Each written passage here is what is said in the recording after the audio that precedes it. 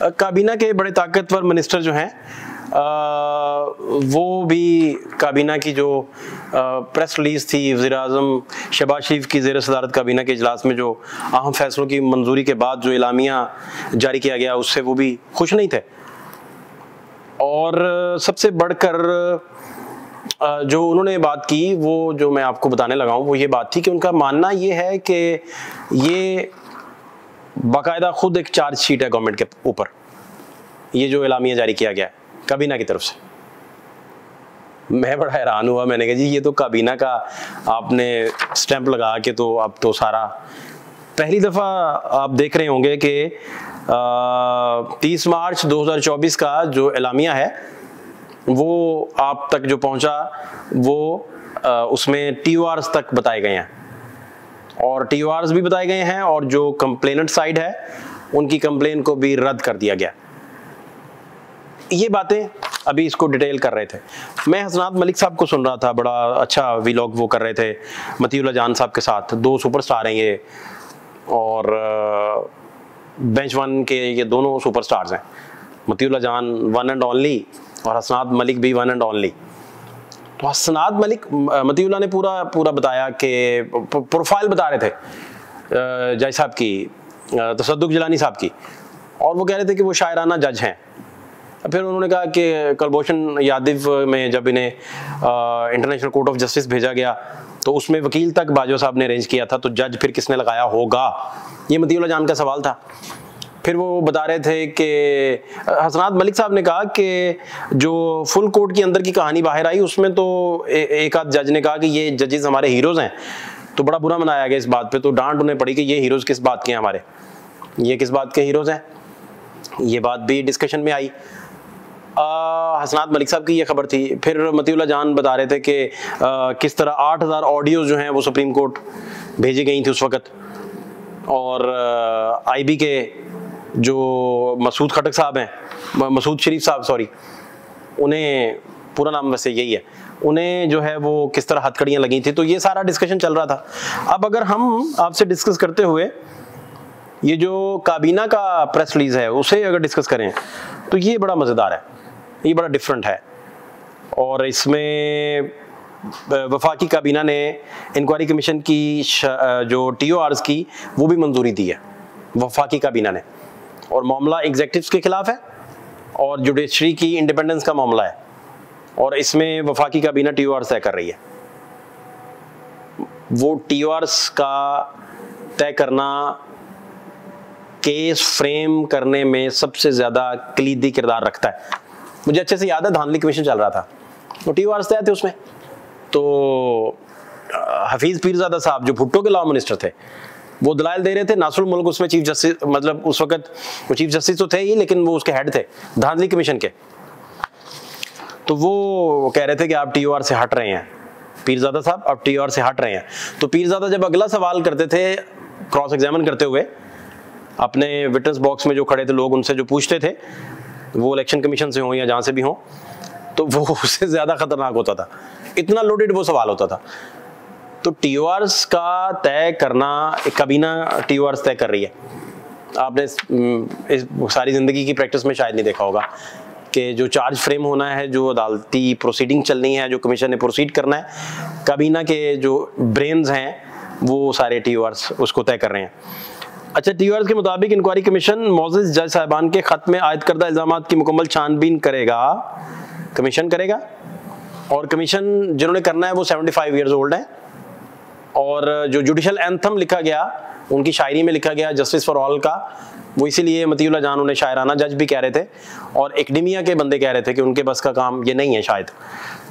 अच्छा, तयन करेगा कि ये इल्ज़ाम दुरुस्त हैं या नहीं, TOR शुरू होने लगे हैं इंक्वायरी कमीशन। अब आपको मैं बताता हूँ कि TORs बेसिकली वो टर्म्स हैं, वो टर्म्स और कंडीशंस हैं जिन्होंने बेसिकली प्रोब करके तो इन्वेस्टिगेशन में से चीज़ निकाल के सामने लानी है और सरफेस करनी है।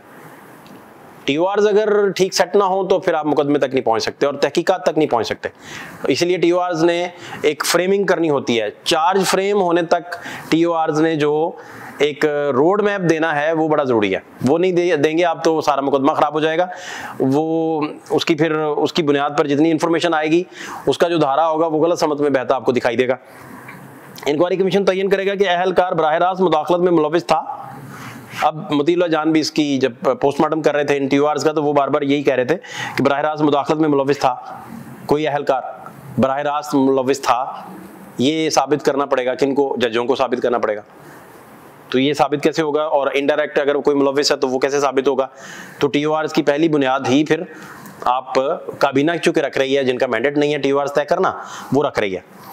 कमीशन अपनी तहकीक में आने वाले हकायक की बुनियाद पर किसी एजेंसी, महकमे या हुकूमती इदारे के खिलाफ कार्रवाई तजवीज़ करेगा। किस किस के खिलाफ करेगा? कमीशन अपनी तहकीक में आने वाले हकायक की बुनियाद पर किसी एजेंसी, ठीक है, महकमे या हुकूमती इदारे के खिलाफ कार्रवाई तजवीज़ करेगा। अब वो तजवीज़ कर भी देता है, वो कह देता है कि फलां जो हैं वो उसमें मुलविस पाए गए हैं तो उस पर अमल दरामद करने के लिए एग्जेक्टिव्स कौन है? यही काबीना। तो अमल दरामद किसने करवाना है? इसी काबीना ने। तो इसमें तहकीकात फिर क्यों हुई हैं और इन तहकीकात के इनिशिएटिव लेने का फिर क्या आपके सामने कोई मुद्दा रह गया? कमीशन को ये भी इख्तियार होगा कि वो इंक्वायरी के दौरान जरूरी समझे तो किसी और मामले की भी जांच कर सकता है।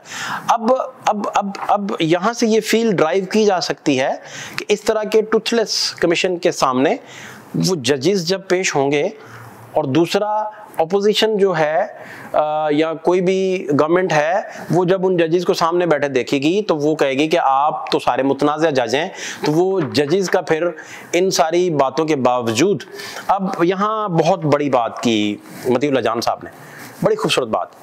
मतीउल्लाह जान साहब फरमा रहे थे कि सुप्रीम जुडिशल काउंसिल अगर इसका नोटिस लेती तो ये chief justice Islamabad high court जो आमिर फारूक साहब हैं उन पर चार्जशीट है मतीउल्लाह जान साहब के बकौल, और वो अगर पेश होते और उनसे पूछा जाता कि आपने अपने जजेस को उनकी इतनी शिकायत के बाद क्यों नहीं आपने इसका क्यों नहीं कोई सद्देबाब किया?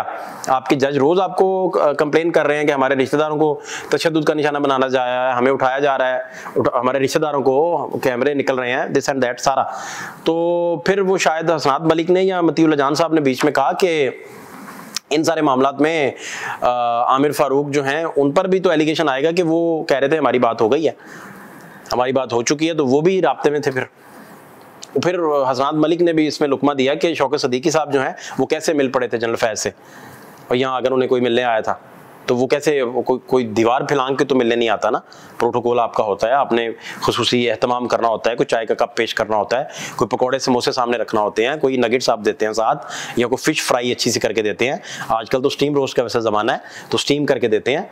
तो ऐसा तो नहीं है, या किसी को आपने लंच पे मदू करना है या चाय पे बुलाना है या हाई टी देनी है या को बाद में एंड पे खा पी के कहवा पेश करना है, तो ये सारी जो है मामला है सारे, तो इसमें कैसे आप कोई दीवार फैलांग के तो आपके घर मेहमान नहीं आ रहा ना, आपको तो पता है कौन आ रहा है। तो वो शौकत सदीकी साहब के कह रहे थे कि फैज साहब के साथ मुलाकातों की इन्वेस्टिगेट ही नहीं, उस तरफ जा नहीं सका मामला, इन्वेस्टिगेशन की तरफ इनफैक्ट जा नहीं सका। काबीना के इजलास में मौजूद 6 जज साहिबान के खत में एग्जीक्यूटिव की मुदाखलत के इल्जामात की नफी करते हो। इमेजिन कीजिए आप इस चीज़ का इस फिक्रे का देखिए कि जो काबीना है जो इन्वेस्टिगेट करवा रही है, जो कमीशन बना रही है, वो पहले ही कह रही है कि हम जो है एग्जीक्यूटिव की मुदाखलत के इल्ज़ाम की नफ़ी करते हैं, जिनके अंडर एग्जीक्यूटिव के अंडर ये सारे मामला चलते हैं, जितने फोर्सेस हैं और ये सारे ऑपरेशंस हैं, ये सारे एग्जीक्यूटिव के अंडर चलते हैं। और एग्जीक्यूटिव खुद ही कह रही है कि हम इसकी पहले नफ़ी करते हैं। ये TOR सेट हो रहे हैं, TOR के अंदर ही वो कह रहे हैं कि नहीं हम तो नफ़ी करते हैं।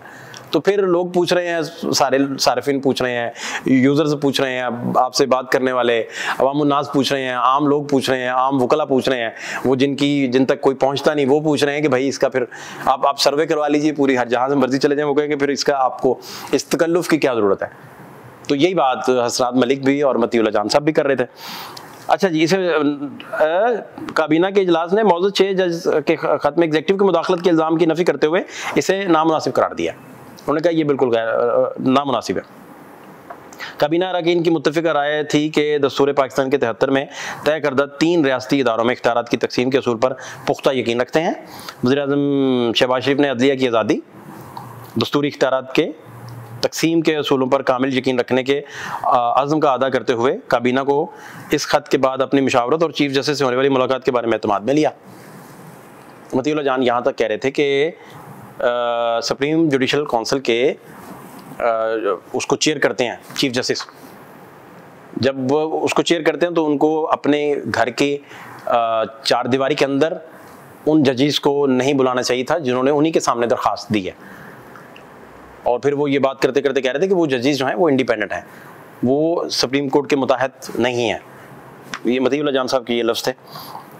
काबीना को खत के बाद अपने मुशावरत और चीफ जस्टिस से होने वाली मुलाकात, अब ये देखिए चीफ जस्टिस साहब की शहबाज शरीफ साहब से होने वाली जो मुलाकातें हैं उस पर भी सैर हासिल जो है वो गुफ्तगू हुई भी। और आपको याद होगा कि इन 6 जजों में एक जज मैनेज नहीं हो रहे थे बिल्कुल भी, तो जब वो मैनेज ही नहीं हो पा रहे थे तो एक प्लान किया गया। उस प्लान में एक बड़ी अहम शख्सियत ने एक ऑडियो कॉल की और फिर उस ऑडियो कॉल के नतीजे में उसे लीक कर दिया गया और उस कॉल में सीधा कहा गया कि ये जज जो हैं ये तो इमरान खान के हमायती जज हैं, तो ये जब भी कोई भी फैसला करेंगे तो ये तो इमरान खान के हक में करेंगे। ये कॉल जब सारी दुनिया ने सुनी और कॉल लीक हो गई तो फिर वो जज जो हैं वो खुद ही उनसे हट गए। तो वो रास्ते का कांटा किसी का भी अगर था उस वक्त, या कोई इस तरह सोचता था कि इस जज को हटाना है या मैनेज नहीं हो पा रहा, जो जजों की कंप्लेन है उसके तनाजुर में अगर देखें तो वो फिर उनको साइड पे कर दिया गया। मजीद भी इस पे डिस्कशन का सिलसिला जो है वो जारी रहेगा। बहुत सारी ऐसे कॉर्नर्स हैं जिनको अभी टच करना बाकी है। फात शहबाज खान को इजाज़त दीजिए, अल्लाह ने के बाद।